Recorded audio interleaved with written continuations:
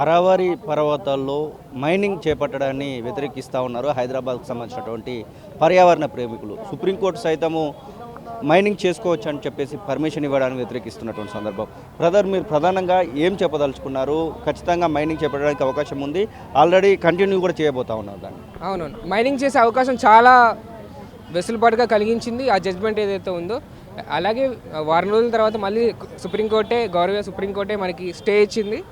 ఇప్పుడు ప్రస్తుతం ఉన్న మైనింగ్ ఆపుతాము, ప్లస్ ఒక ఎక్స్పర్ట్ కమిటీని పంపించి మళ్ళీ రీకన్సిడర్ చేస్తాము ఎంత లెవెల్లో ఉండాలి అని దాని మీద ఇచ్చింది. అండ్ ఆల్సో ఇప్పుడు మీరు అడిగినట్టుగా మైనింగ్ ఇప్పుడు ఏం జరగట్లేదండి. జరిగినా కూడా అక్కడ ఇంకా తీవ్రంగా ప్రజలు తిరగబడతారు, ఎందుకంటే ఇప్పుడు ఒక మూమెంట్ జరుగుతుంది అక్కడ ప్రస్తుతం అయితే.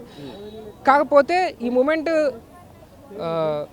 దాన్ని తరచుగా జరగకపోవడం వల్ల మైనింగ్ జరిగే ఛాన్స్ ఉంటుంది. ఎందుకంటే ప్రజల్లో ఇప్పుడు చైతన్యం ఉంది కాబట్టే స్టే ఇచ్చింది సుప్రీంకోర్టు. ప్రజలు చైతన్యం లేకుండా రోడ్ల మీదకి వచ్చి వాళ్ళ పర్వతం గురించి పోయిండకపోతే స్టే వచ్చేది కాదు. మైనింగ్కి చాలా వెసులుబాటుగా ఉండి ఇంకా మైనింగ్ జరుగుతుంది. ఆన్లైన్లో కూడా లైసెన్స్ పెట్టారంట.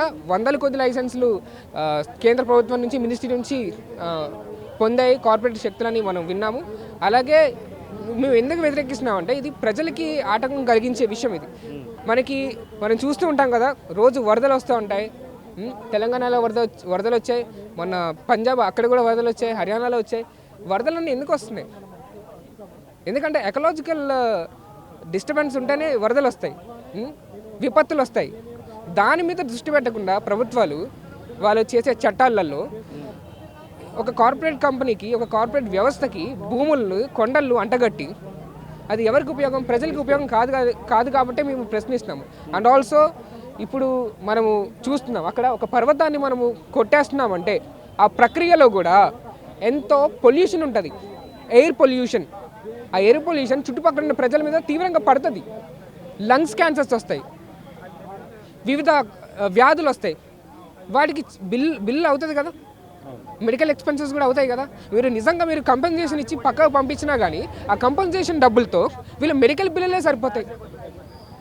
మేము ఓన్లీ ఇప్పుడు పోలీసులకు చెప్పట్లేదు, వివిధ యంత్రాంగాల్లో పనిచేస్తున్న ఆఫీసర్లకు చెప్పట్లేదు. ఇది మనం భవిష్యత్తులో ఉన్న ప్రజానికానికి చెప్తున్నాం. ఎందుకంటే మన పిల్లలు, వచ్చే తరము, వాళ్ళ మెడికల్ బిల్లులు కూడా సరిపోవు మీ రిటైర్మెంట్ డబ్బులు అని మేము చెప్తున్నాం. ఎందుకంటే తీవ్రంగా ఉంది. పర్యావరణాన్ని మనము రక్షించకపోతే, వృక్షో రక్షిత అంటాం కదా, మనం రక్షించకపోతే మనల్ని మనం చంపుకున్నట్టే, మన ఊపిని మనం ఆపుకున్నట్టే, మన పీకను మనం పట్టుకున్నట్టే. అదే కోణంగా మేము పోరాటం చేస్తున్నాం. సో అది ఇక్కడికి సంబంధించినటువంటి విషయం కాదు కదమ్మా, ఇక్కడ మీరు ప్రొటెక్ట్ చేయాల్సిన అవసరం ఏమొచ్చింది? అది రాజస్థాన్, జార్ఖండ్ అక్కడికి సంబంధించినటువంటి విషయం కదా, ఇక్కడ సంబంధించిన విషయం కాదు కదా. ఓకే, ఇక్కడ ఇంత డిస్టెన్స్లో ఉన్నాము. సో ఈ 4 చెట్లు మనకి గాలిని ఇస్తున్నాయి అంటారా? దీనికి బియాండ్ కూడా ఇస్తున్నాయి అంటారా కదా? So forest is something that is for everybody.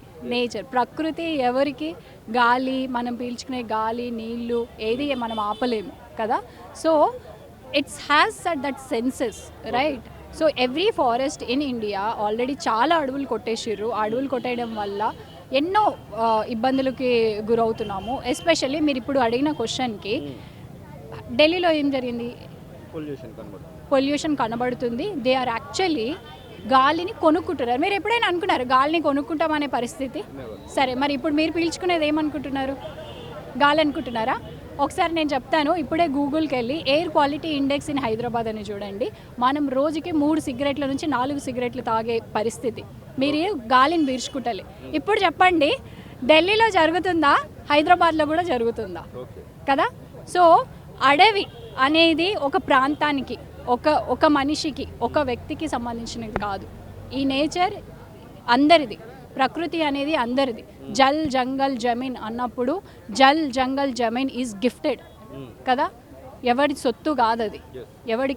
ఎవడు పడితే వాడు వచ్చి ఎవడికి పడితే వాడికి ఇచ్చేది కాదు, ప్రజలది. ప్రజల పర్మిషన్ తీసుకోవాలి, ప్రజలకి ఇష్టమా లేదా అని అడగాలి.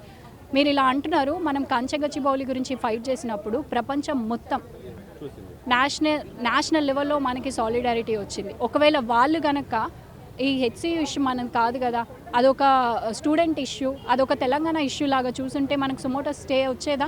సుప్రీంకోర్టు మనం చూసేదా? ప్రతి ఒక్క మనిషి దాన్ని కదిలింది.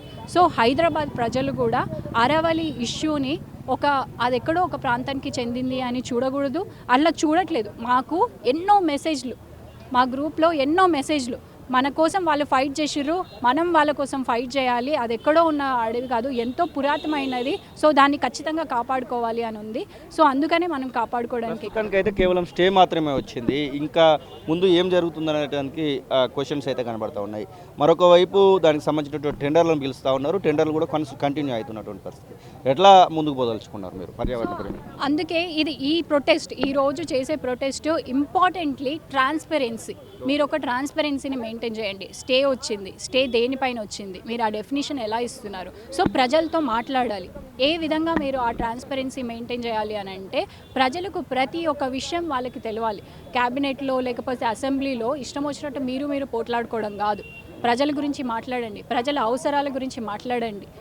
ఎంతసేపు మీరు దూషించుకోవడం, మీరు కోట్లాడుకోవడం, మీ ముత్తాతల గురించి మాట్లాడుకోవడం కాదు. ప్రజల గురించి, ప్రజల సమస్యల గురించి మాట్లాడాలి. సో అలా ప్రజా పరిపాలన అనేది ఉండాలి.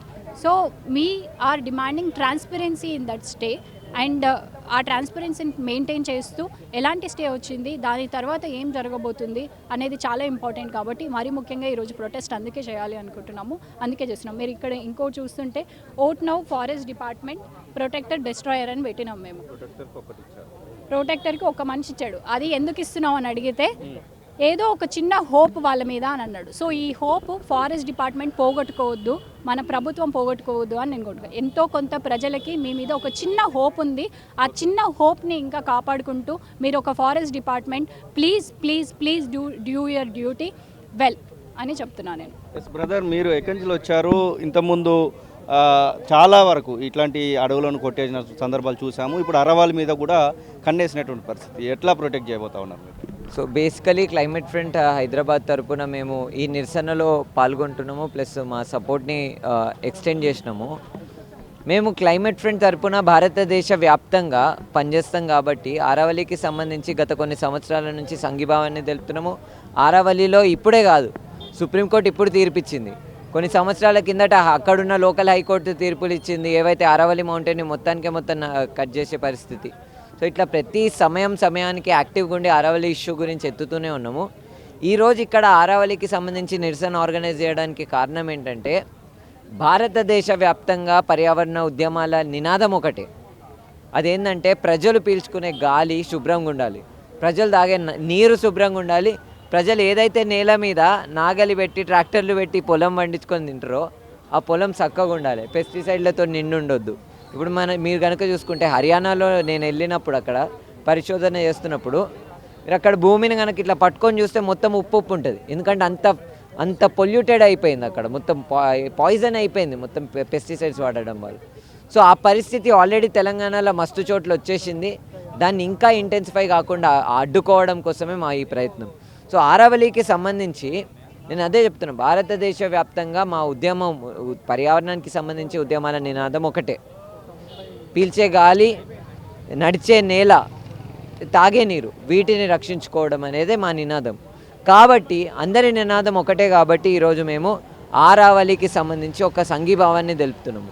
ఎందుకంటే ఆరావళిలో జరిగే నిరసనకి, గచ్చిబౌలిలో జరిగిన నిరసనకి, రేపు కరీంనగర్లో గుట్టలని తింటున్న ఎవరైతే ఉన్నారో వాళ్ళకి విరుద్ధంగా జరిగే నిరసనలు అన్నిటి నినాదం ఒకటే, పర్యావరణాన్ని కాపాడుకోవాలి. వాటిని కాపాడుకోకపోతే గుట్టల గురించి వీళ్ళకి తెలియదేమో, రాజకీయ నాయకులకు తెలియదు, ప్లస్ ఈ అధికారులకు కూడా తెలియదు. తెలిస్తే మన కరీంనగర్ గుట్టలను ఎప్పుడో కాపాడుకుంటుండే.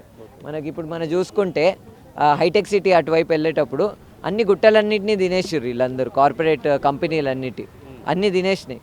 వాళ్ళకి బేసిక్ సైన్స్ కూడా తెలియదు. ఈ అధికారులు కూడా బేసిక్ సైన్స్ని పాటించట్లేదు. ఆ బేసిక్ సైన్స్ ఒకసారి చెప్పాలని అనుకుంటున్నా. ఏ గుట్ట అయినా, ఏ హిల్లోకైనా దాని కింద మల్టిపుల్ ఫీచర్స్ ఉంటాయి. దాని చుట్టూ ఒక రాక్ ఫారెస్ట్ ఉంటుంది, అంటే దాని పక్కన ఈకాలజీ అనేది ఉంటుంది, రాక్ ఈకాలజీ అనేది. అదొక్కటే కాకుండా ఒక రాక్ కింద వాటర్ అనేది స్టోర్ అయ్యి ఉంటుంది. దాని గురించి వీళ్ళకి తెలియదు. ఎట్లా పడితే అట్లా గుట్టలన్నింటినీ క్వారింగ్ చేయడానికి పర్మిషన్ ఇస్తారు. రెండో విషయం ఏంటంటే ఈరోజు తెలంగాణలో ఉన్న ప్రజలు, హైదరాబాద్లో ఉన్న ప్రజలు మరీ ముఖ్యంగా గాలి పీల్చుకుంటున్నారంటే దానికి అర్థము రోజుకి 4 సిగరెట్లు తాగినట్టు. మరి పొల్యూషన్ కంట్రోల్ బోర్డు ఏం చేస్తుంది? చిన్న చిన్న పిల్లలు, స్కూల్కి వెళ్ళే పిల్లలు రోజుకి 4 సిగరెట్లు తాగే పరిస్థితికి మన హైదరాబాద్ గాలి అయింది. మరి వాళ్ళ యాక్షన్ ఏంది, వాళ్ళ రెస్పాన్స్ ఏంది? సో ఇవన్నీ ప్రశ్నలు మావి. కాబట్టి ఆరావళిది మరియు తెలంగాణలో జరుగుతున్న పర్యావరణ ఉద్యమాలవి రెండు ఒకటే నినాదము. మరీ ముఖ్యంగా ఆరావళి గురించే మాట్లాడడం కాదు మా ఉద్దేశము. హిమాలయ గురించి కూడా మేము ఎప్పటి నుంచో ఉద్యమాలు చేస్తున్నాము. ఈ సంవత్సరం జమ్మూలో అక్కడికి వెళ్ళి పరిశోధన చేసినాం, హిమాచల్ ప్రదేశ్ జమ్మూలోకి వెళ్ళి. ఇట్లా మేము దేశవ్యాప్తంగా పనిచేస్తాము. Don't sell Himalaya, don't sell Aravalli, don't sell ecology. ఇదే మా నినాదము. అసలైన తొలి వెలుగు. ఫాలో వాట్సాప్ @తొలి వెలుగు official.